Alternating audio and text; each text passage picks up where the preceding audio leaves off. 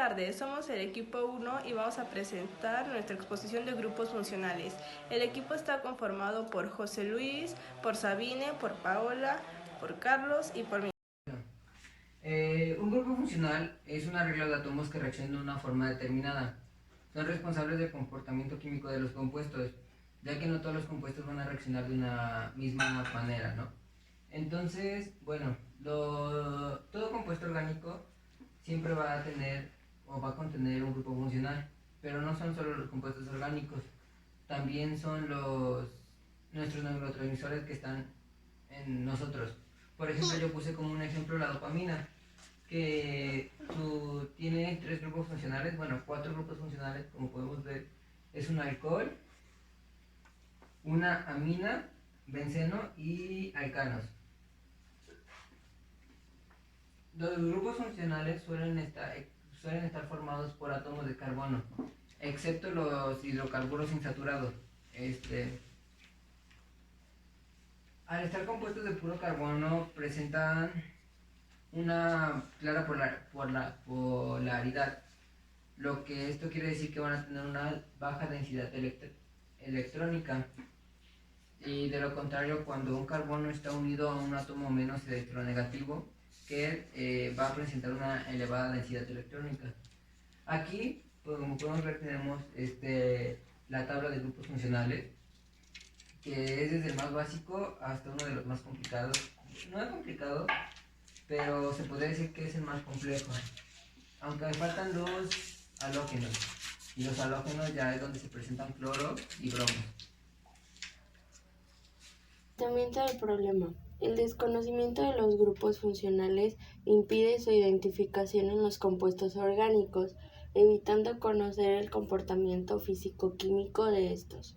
La razón de nuestro proyecto es la siguiente. El conocimiento de los grupos funcionales ayuda en su identificación cualitativa, ya que estos grupos tienen la información del comportamiento de la molécula.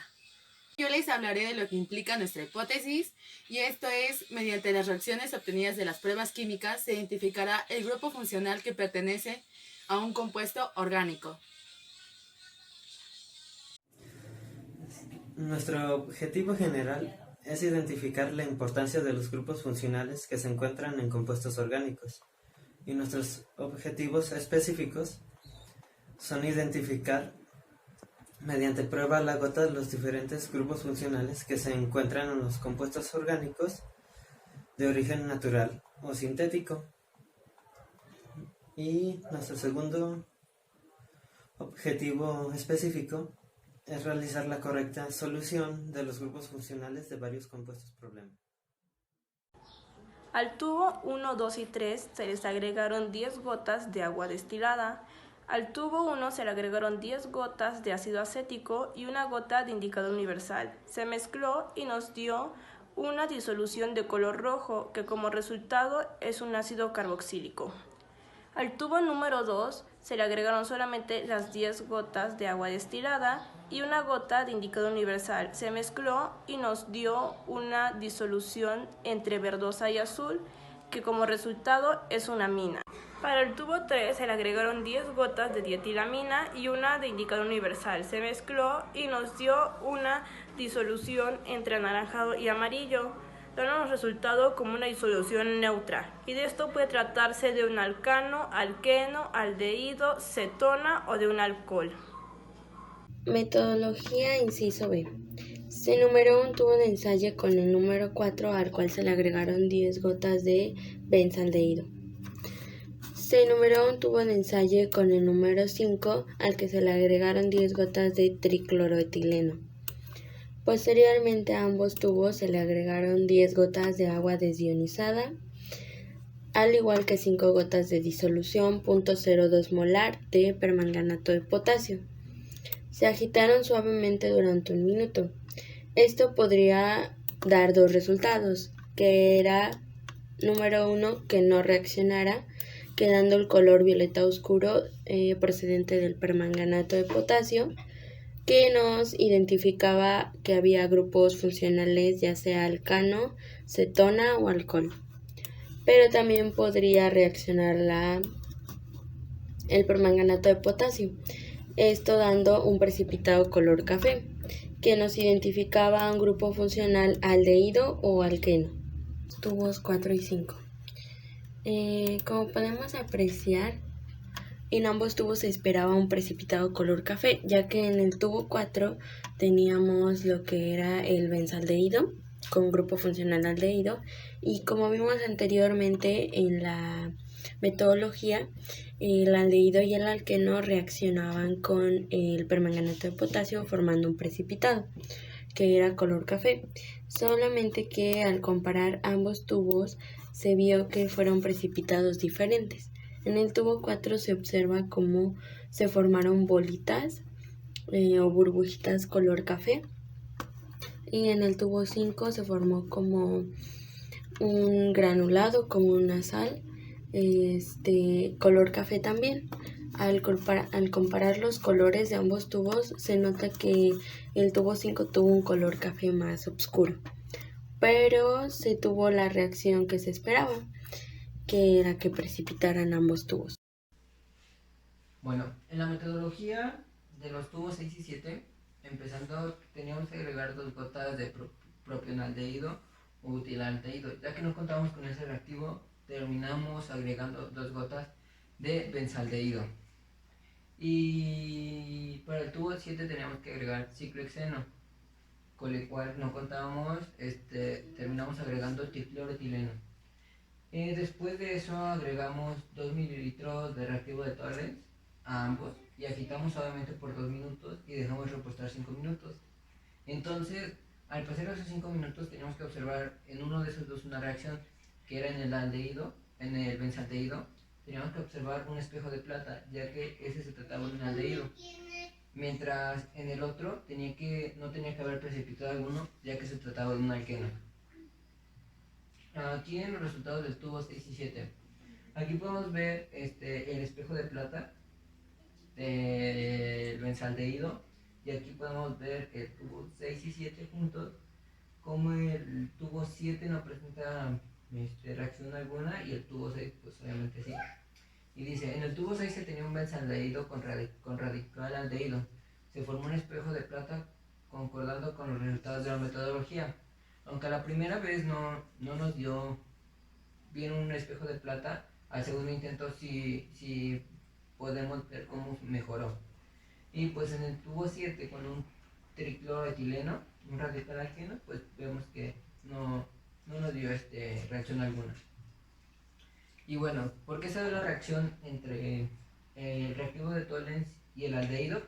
Esto pasa porque el aldehído se oxida produciendo un grupo funcional ácido carboxílico, aunque aquí nos dice que es un éster, en sí es un grupo carboxílico, y reduce los iones de plata en plata metálica, y la plata metálica es lo que nos produce el efecto del espejo de plata.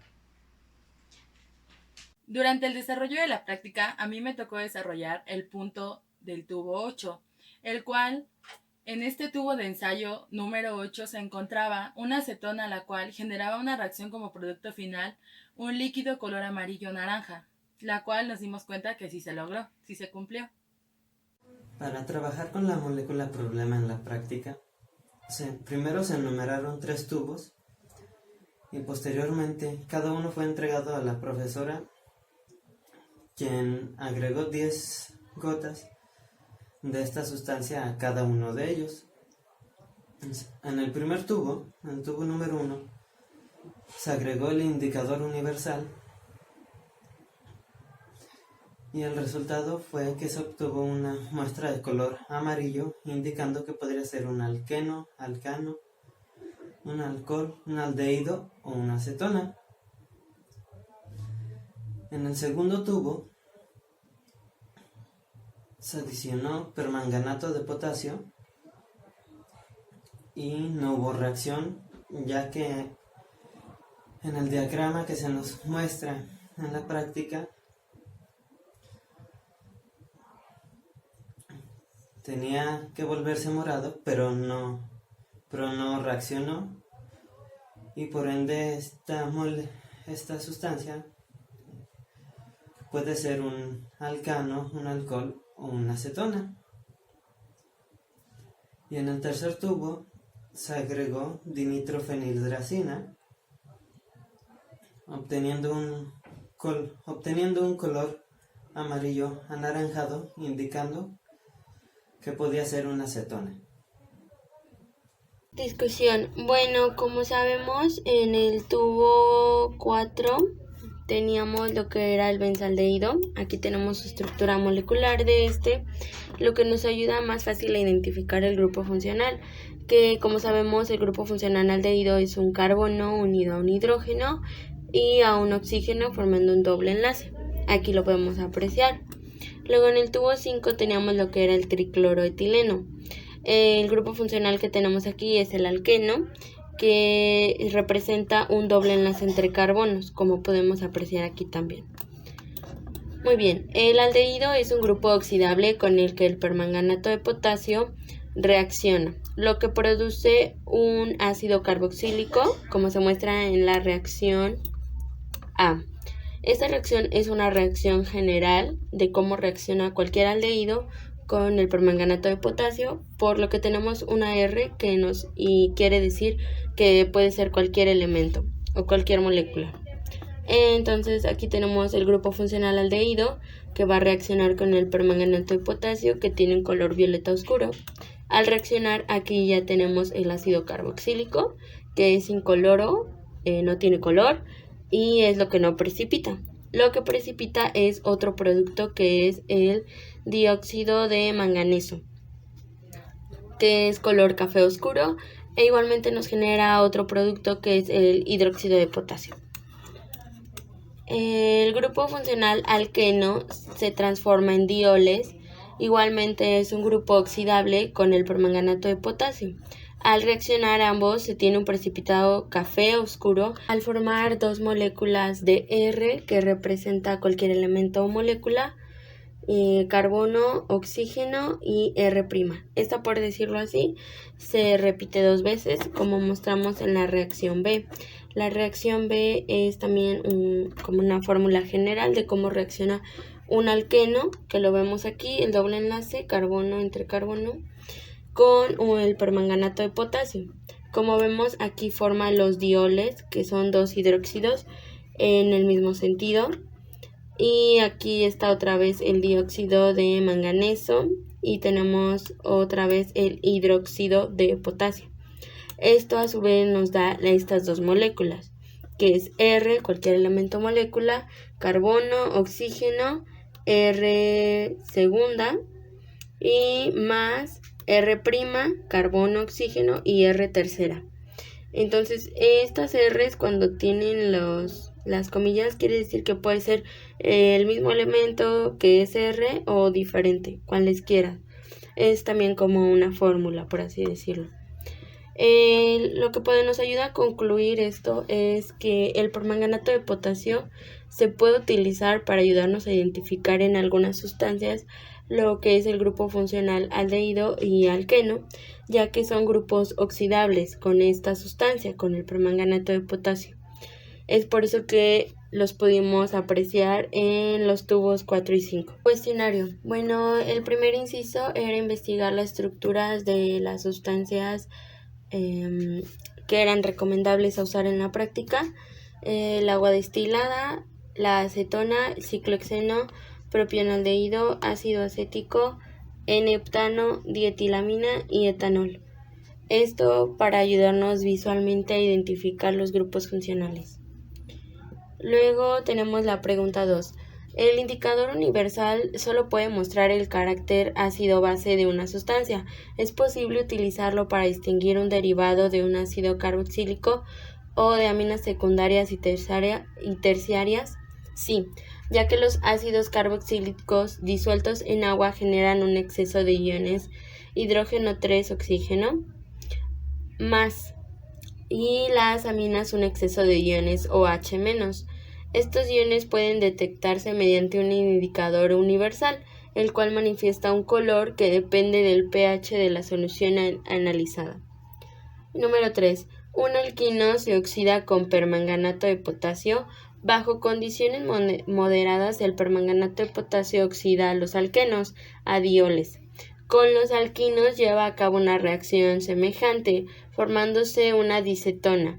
Si se deja que se caliente demasiado la mezcla de reacción en un medio básico, la dicetona sufre una ruptura oxidativa y se forman las sales de ácidos carboxílicos que se pueden convertir en ácidos libres por la adición de ácidos diluidos.